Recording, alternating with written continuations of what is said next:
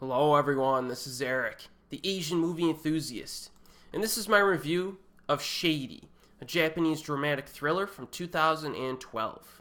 Now because of her last name, Kumada, which means bear and rice paddy, and her appearance, Misa's high school classmates call her Pooh, disparagingly, kind of like Winnie the Pooh. Now she obviously has no friends and can only let down her guard around her pet parrot and the goldfish in the science room at school. But then she finds herself quickly becoming friends with Izumi, a cute and popular classmate. Now, although somewhat puzzled by Izumi's interest in her, Misa is excited about having a friend for the first time, but their future may be darker than she could ever imagine. Now, Shady reminded me a little bit of the Korean film Memento Mori from 1999 because it does a very good job of developing the main friendship in a realistic, endearing manner.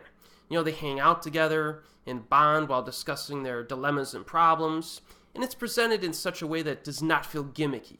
You know, this is not a hipster teen movie where, every character jumps into frame and shouts a ridiculous quip or one-liner every few minutes in an attempt to be cool for the kids, you know what I mean?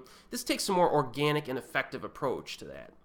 And realistic teen dramas are a strong point in both the Japanese and South Korean film industries, and Shady, I think, is another good example of that.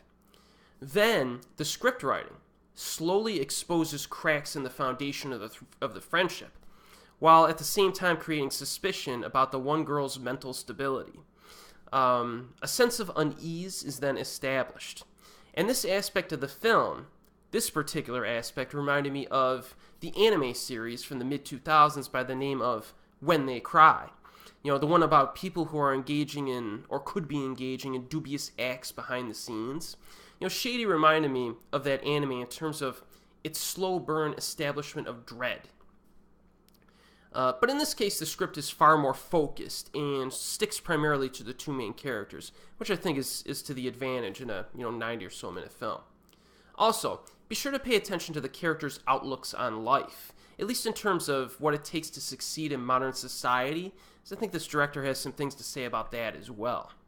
Now, performances by the young cast are good. The lead actress is conservative in her acting style, but that's consistent with her character's introverted nature. She plays it pretty close to the vest. The supporting actress, Izumi Okamura, has a nice handle on her character and is gleefully unreasonable, I guess I would describe her as. I don't want to spoil it. I liked her, and I think she contributes most of the film's entertainment value. Now, there are some long takes without an edit, which is commendable given the amount of dialogue in some of these scenes. There's one sequence involving a hot pot dinner that's especially good. It goes on for quite a while, and there are minimal edits, despite the fact that it's a very important scene in the film. I was impressed. The one thing I would warn potential viewers about is the pacing in this, and I say this sometimes. It does move slowly because it wants to establish its primary relationship, but the runtime is only about 1.5 hours long, so that helps matters. This isn't a 2 hour and 10 minute film that moves as slow as molasses in January.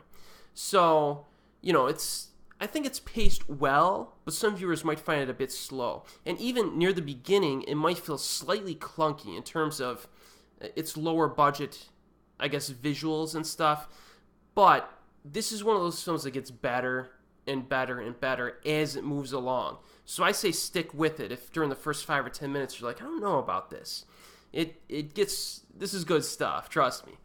So I definitely recommend Shady if you're in the mood for kind of a slower burn dramatic thriller that focuses on friendship, coming of age.